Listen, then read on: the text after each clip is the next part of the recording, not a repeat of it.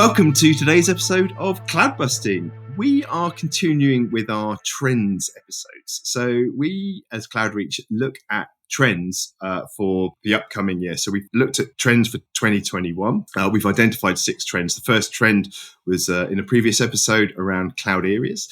This trend is all around continuity-driven transformation.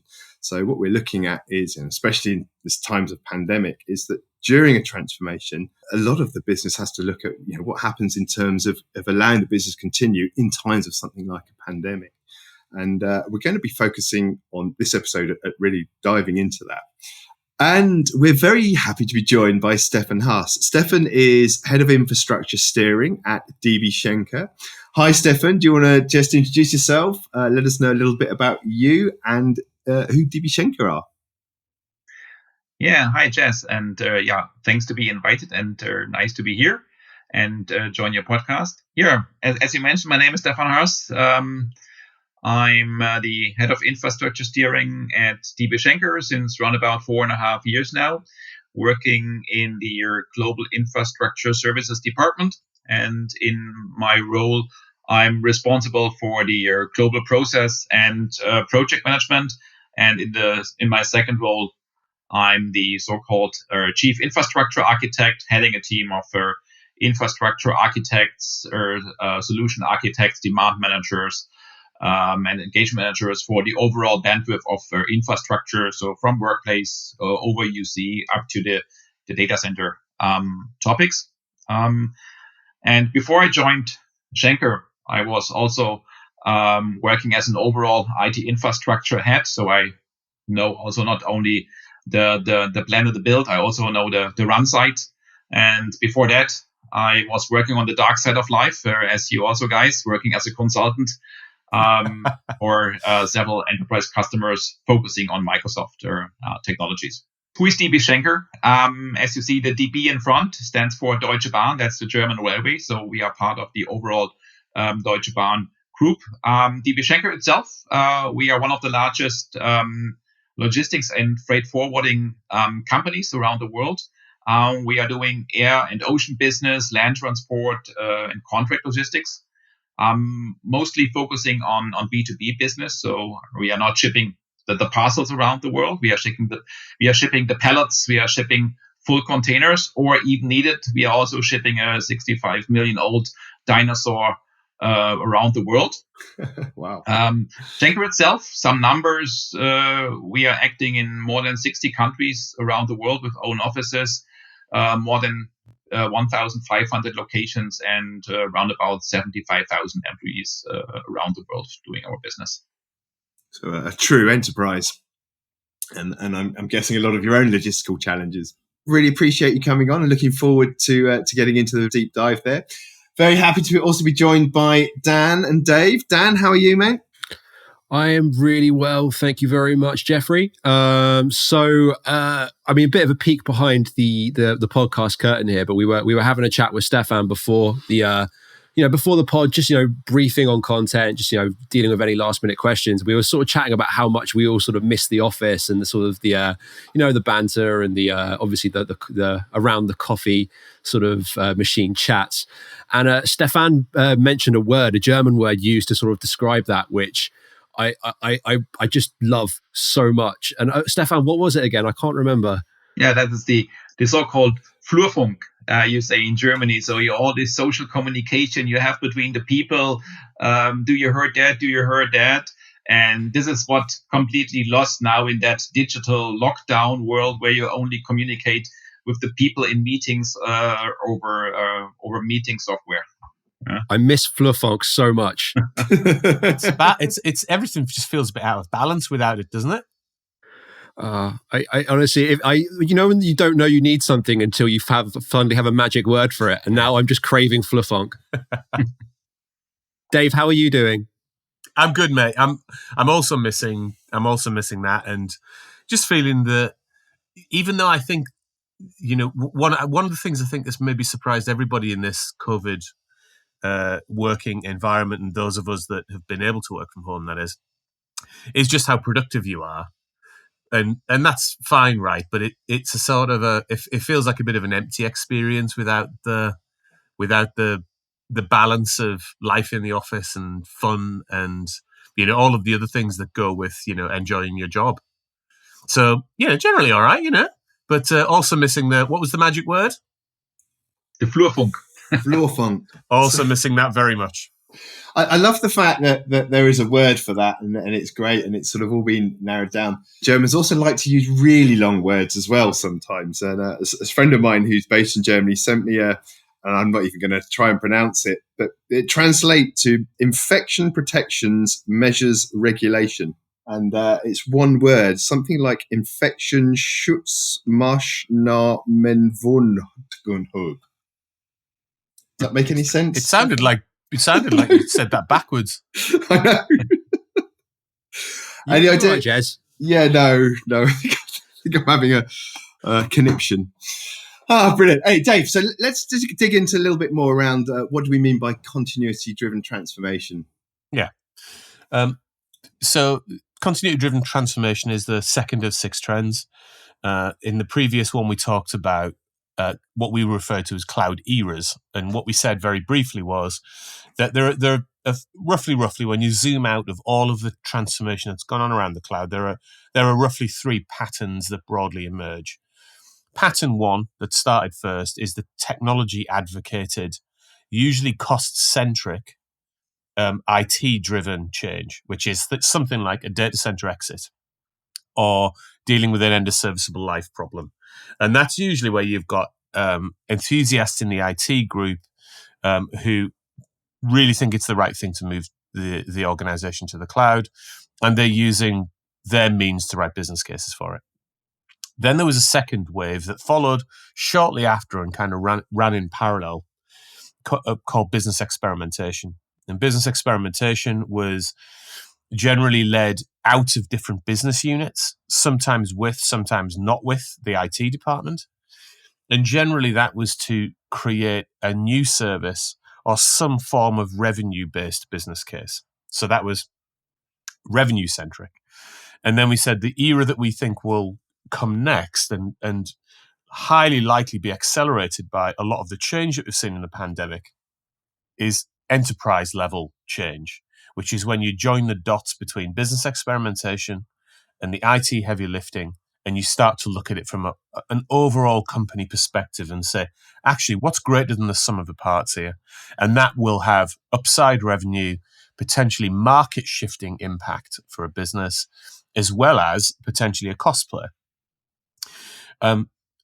So continuity-driven business cases are something that we're seeing a large emergence of in the last year or so. And what does that mean? Well, effectively what it means is every big enterprise in the world, in fact, every large company in the world understands what its business continuity arrangements are. It understands how it's going to deal with a data center going out. It understands how it's going to deal with offices being closed, or individual offices being closed, that is. And actually, somewhere on those lists for the larger companies will have been pandemic. But it wouldn't have been role-played at the level that we're seeing now, with the level of disruption that we're seeing now for the period of time that we're living in right now. I mean, we were talking before we came on air that, we're nearly at our 1-year anniversary of being in this way of working. It is highly likely to continue for much of this year. So we could be looking at like a 2-year period, and the 2-year period's going to have impacts. So within that period, we have seen an acceleration towards the cloud. That I think now is becoming really evident. We saw it very early on in the world of collaboration. And we've begun to start to see that when you look at some of the growth patterns from the CSPs, that expansion of use on their platforms is continuing at a pace. We also did a survey with IDC over in the US, and you could see that when leadership were polled about the use of the cloud, 27.5% said that the cloud going forward is essential for survival. And a further 27.5% said it was now a strategic business decision to go to the cloud, with only 23% now saying it's purely a technology decision. So you can begin to start to see a shift towards continuity and survival thinking and using the cloud. So what does that mean in practical terms? Well, it means removing things like physical data centers from your IT environments. So a physical data center has got both people who need to go in and maintain the thing, but also it's got a supply chain for equipment. And if the supply chain for that equipment gets disrupted, your services could get disrupted, and the scaling of your services could get disrupted. So that's one aspect of continuity use. And I mentioned earlier, another aspect clearly then is to move all of your collaboration technology and environments onto things like cloud platforms, your workplaces onto cloud platforms that mean then not only do you have physicality removed, but you've got any level of kind of being geographically wired into something. So it means that in any situation going forward, you can work very, very virtually. That's great. I mean, and I think that is a true reflection of what we're seeing. And I think let's dive into that. I think it's great that we've got sort of a real world example with DB Schenker and Stephan, and interesting to hear the story behind that. So Stephan, thanks for making it onto Cloudbusting today. It's good to see you. Yeah, thanks, David. And exactly what you described is exactly perfectly in all that flavors the situation we challenged at DB Schenker over the last 12 months. Oh, great. Well, let's dig in. Let's roll back the 365 days that we've been in this situation. So let's start with the first week of the pandemic hitting. What was it like? What happened? What was the tone of the organization like? And what was that first response like? Exactly 1 year ago, when the pandemic started in China, we were from one day to another faced with the situation that we have to secure our people wherever they were inside China. So we were not able to enforce them going back to the office. We had to follow government requirement that they are not allowed to travel back because it was the Chinese New Year. And the people were stuck at their location where they are currently working. But on the other side, we had the request or the requirement to keep our business running to further serve our customers, and this gave us then the first challenge. And what was the leadership, the overall IT leadership conversation going on at this point? Did you realize at this point that you were going to have to create whole new environments on the cloud, or did you think at this point our existing infrastructure will probably sustain this? Because of course at this point we didn't know how long this thing was going to last. Nobody thought 1 year ago that 1 year later we are still stuck in the same situation, but we had to react very, very flexible at that day zero to say, hey, we have a lot of people now sitting at home, they need to work. And luckily that we already decided some years ago with a cloud first strategy, so that we looked into solutions to deploy which are cloud based, which allow us flexibility, which allow us scale out. And this was especially with our workplace infrastructure that we say we are building it up completely based on cloud technology, not rely on any on-premise stuff anymore, and so enable the people wherever they are currently sitting to continue working. And what were the initial cloud technologies that you lent on to enable continuity? Yeah. So the workplace itself, it's completely Microsoft M365 based. So we are utilizing not only the traditional, let me say, Office 365 stuff like email or SharePoint and all that stuff. So we said, no, we're going the consequent way to utilize the full stack using Azure AD as our primary directory services, join our workplaces to Azure AD to manage the workplace out of the cloud, to do software deployment out of the cloud, patch management, the complete management out of the cloud, so that we are not relying on that the workplace we need to maintain is in our company network, so that wherever it is, we can distribute software, we can keep it up to date, we can keep it secure, even if the person's sitting at home or sitting in a Starbucks coffee shop. So it sounded like DB Schenker were already on their way to the cloud. COVID hit. and some responses required. So it sounded like you had a good start on your cloud journey as a result of what you were already up to. But what were the challenges in rapidly scaling that or using that in a different way? On the one hand side, with our workplace, we were already prepared. So even on day 0, we were able to say, okay, wherever you are, the colleagues, you can continue working. But we still have the business application sitting in our on-prem data centers or sitting in cloud data centers, but only reachable over the internal network. And at that point in time, our traditional VPN infrastructure was never designed that from day one up to more than 50% of our end users, right. This is around about 40,000 users, now need to work from home. Right. Here, I think that's a brilliant example of what pre-pandemic continuity looked like, right? Because nobody really anticipated the level of scale and how long it would sustain for. So I think that issue you had with things like your VPN is quite typical of a I would say pre-pandemic continuity. Exactly.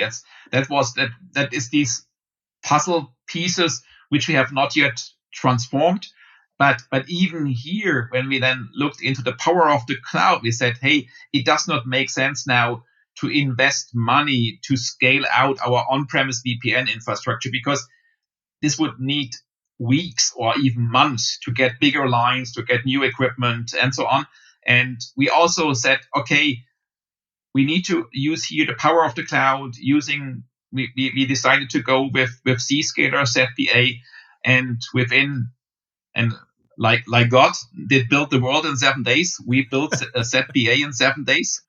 And they said the world was a challenge. Exactly. So we started on a Monday morning with a discussion with Zscaler. Hey, we want to run that now. And we had the target on the next Monday to bring it up and running. With an on-prem world, you were never, ever able to do that. With the cloud world, we did it. And on the next Monday, the users in China were able to use it. We had a full integration in our existing infrastructure with single sign-on, multi-factor authentication in just 7 days. And this is, from my perspective, only doable when you go that digital way in the cloud. Well, yeah, I mean, you wouldn't have even, under normal circumstances, and certainly not the circumstances where every company in the world was trying to scale their VPNs. If you wanted to do that physically, you wouldn't have even got the equipment in 7 days, never mind stood up the solution. Exactly. And we had here, when you asked how that the IT team and the management work together, we had here a perfect support, even from our senior management up to board level, to react quick, agile, and flexible. Yes. Here, not to go through long approval processes. We put the right people together from security, from infrastructure, from senior management. We discussed it, made flexible decision based on business needs, and achieved so that our business kept up and running. In 2 of our other trends, Stephan, we talk about how the board now getting involved in tech-driven transformation projects. We think that's going to be another trend. We're going to dig into that on Trend 4, I think. And we think that what this has demonstrated is what you can really do if you get the bureaucracy of an organization moved to one side and really focus on delivering the change. And I think at the heart of joining the dots between business experimentation and a kind of IT-driven change, the board supporting joining all of that up could lead to some very profound changes in organizations in the coming years. And we had that example not only in the infrastructure to allow the people now to work from everywhere.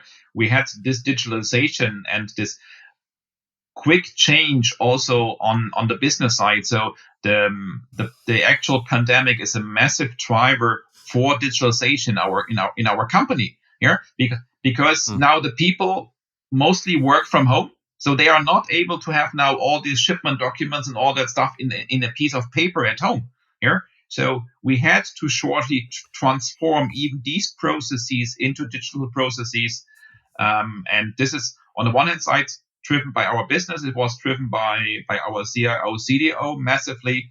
And so we achieved a lot in the last 12 months. What if you would ask someone 12 months ago, did you achieve that drive in digitalization within that time frame? Yeah.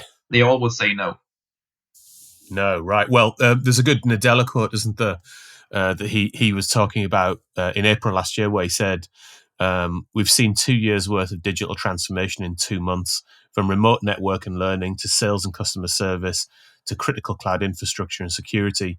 We, Microsoft, are working alongside customers every day to help them adapt and stay open for business in a world of remote everything.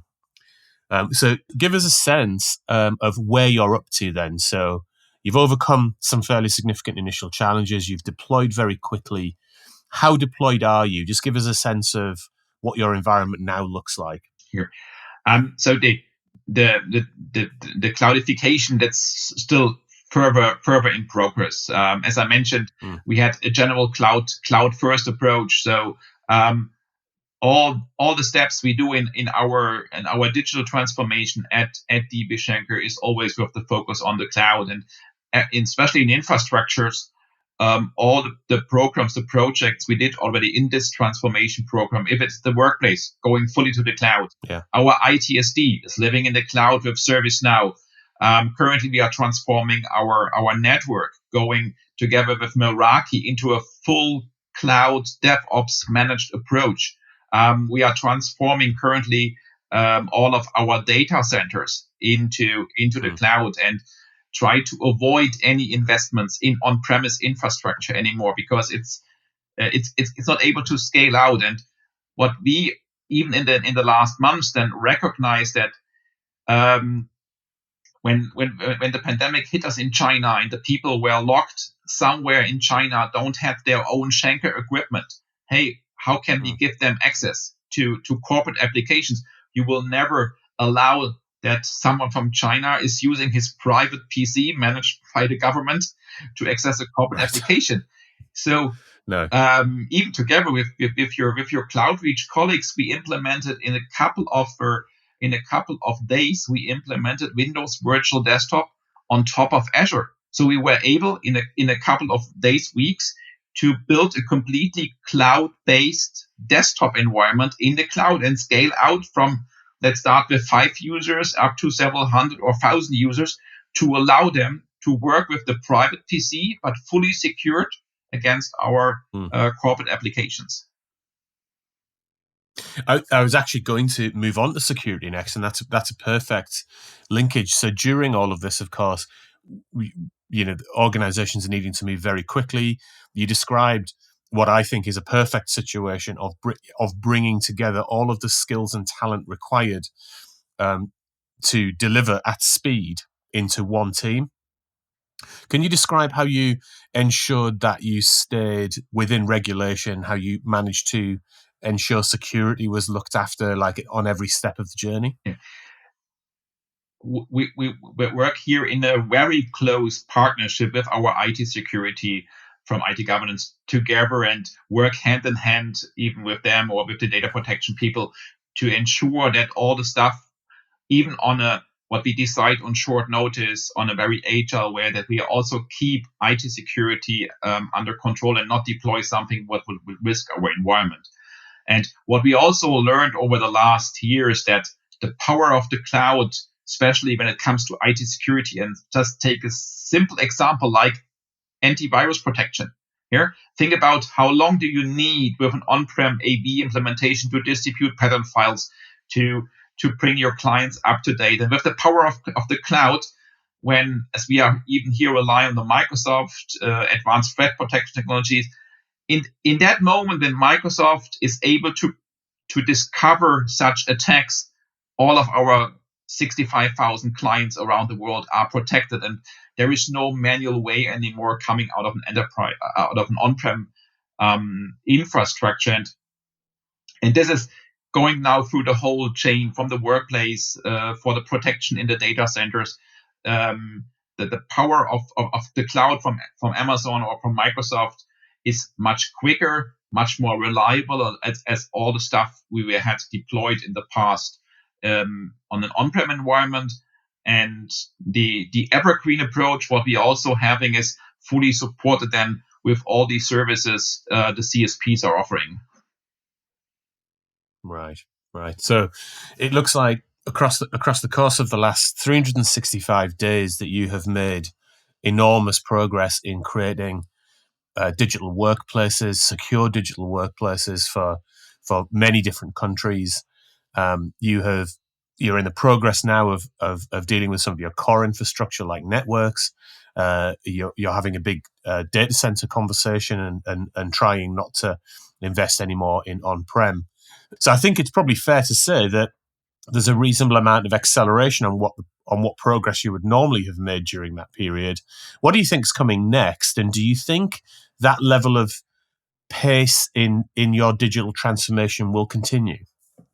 Definitely, because this is one of the unique selling points of Schenker, to go that digital way, to bring our business processes on the digital way. So we have a lot of services already in place so that our customers can consume our services on a digital way, that we provide them portals, provide them technologies to be fully digital also on their side, and go away from manual processes to digital processes. And now it sounds like that that's visible at board level and probably like sponsored more heavily at board level.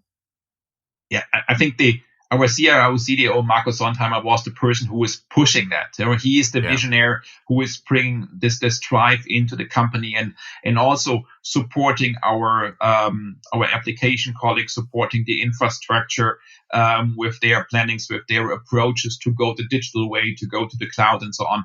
So on the one hand side, he's as a massive driver. On the one hand side, he's also a massive supporter of it. Right. So when we are coming with these ideas, to get them also the full support on board level.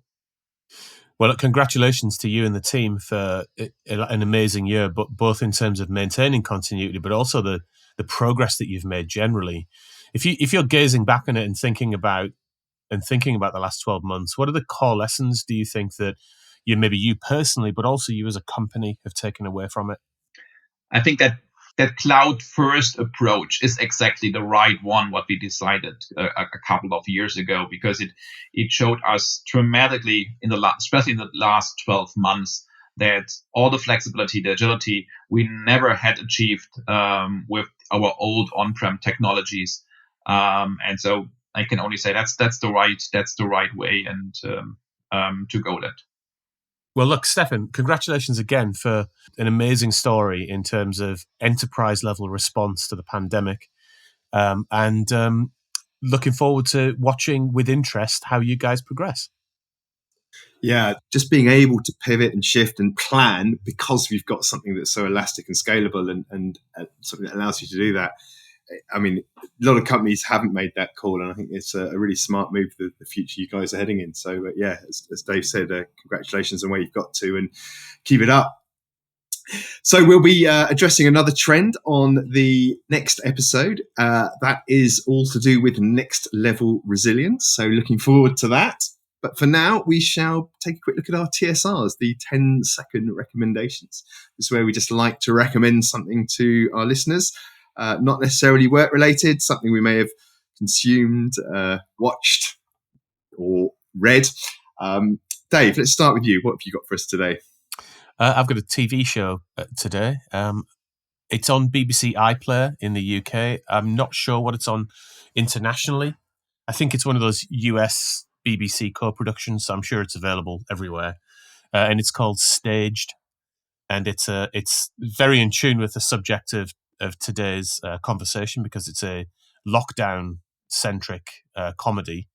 And it's got Michael Sheen and David Tennant in it. And season one, they're only like 15-minute episodes, and season one is centric to them at the beginning of the pandemic. And it's all set like in Zoom. And it's almost like the less you say about it from that point onwards, the better. But suffice to say that it's really about how their fragile egos are coping with the lack of being on stage, and the lack of having an audience, and the lack of kind of whatever buzz they get out of their work. And season 2 opens with, on episode 1, one of the best arguments I've seen in any TV show at any point. I won't say any more. It's phenomenal, particularly season 2. I caught the first couple of episodes of that, and I think one of the things I was most amazed about when I first saw it was how quickly they just put the show together, and how kind of, how actually quite, fun and good it is, despite being filmed almost entirely using like remote purposes. Like it was a good example of like creativity despite the situation. Yeah, deeply so. And I think they obviously learned a lot from doing season 1. So in season 2, they go next level with that. It's absolutely sensational. We did season 1 just like in a wanna. It's about, you can watch it like as a 2-hour film because they're only 15-minute episodes, and God, it's good. It's absolutely hilarious. Excellent. I'll definitely give that a watch. Dan, what do you got for us? Mine's kind of more of a habit or a thing rather than sort of something to consume. But hang on, Dan, before you talk about your sure you want to go public with this? Yeah. No, this is going to go out, God, you guys, get your heads out the gutter a second.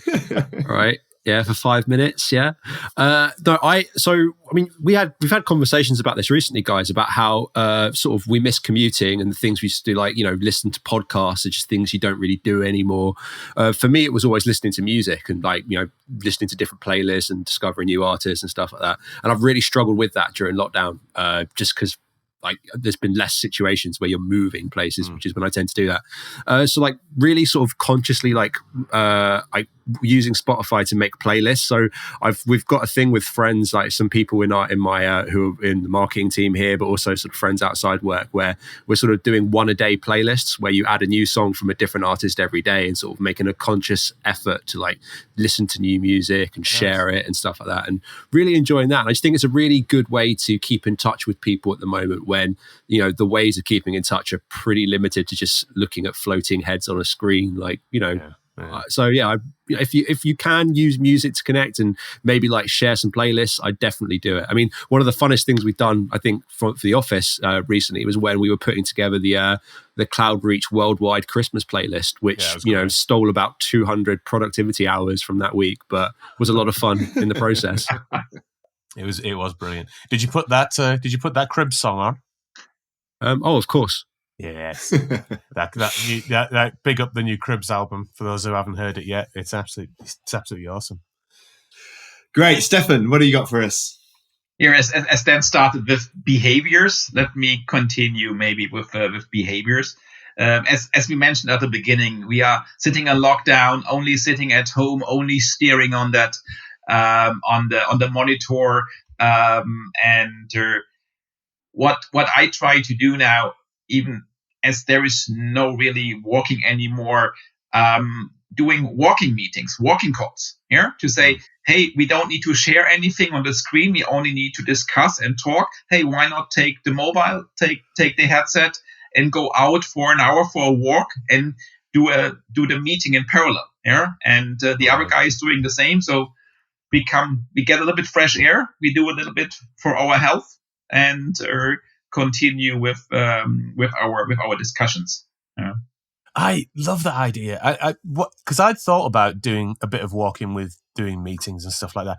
What I'd never thought of actually is particularly arranging that, that all members of the meeting are going to go for a walk at the same time. That is a brilliant idea. The meeting invite is not including a Google Hangout link. No, it is just a link for a phone conference. And then you talk and walk. I like that. I'm going to implement that. That's a brilliant idea. Forced walking. Yeah, fine. Jez, what's yours? I'm going to recommend a TV show again on Netflix called Godless. It's a slightly older show from 2017, I think, but it's fantastic. It's one of those sort of hidden gems. It's a Western. Jeff Daniels is sort of the main protagonist in it, but really, really good characters, really well written, really well acted, and just an interesting story, sort of a good take on a Western. So yeah, highly recommend it. And it's only a 1-season thing. It's not going to. If it's the one I'm thinking of, it's by the same person who did the Queen's Gambit, isn't it? Ooh, it's a good question. I think it is Scott somebody or other. I think Scott Frank. Yeah. Yeah, it's written by Scott Frank. Yeah. So I didn't know you did the Queen's Gambit. Yeah, it's brilliant. Really good. I highly recommend it.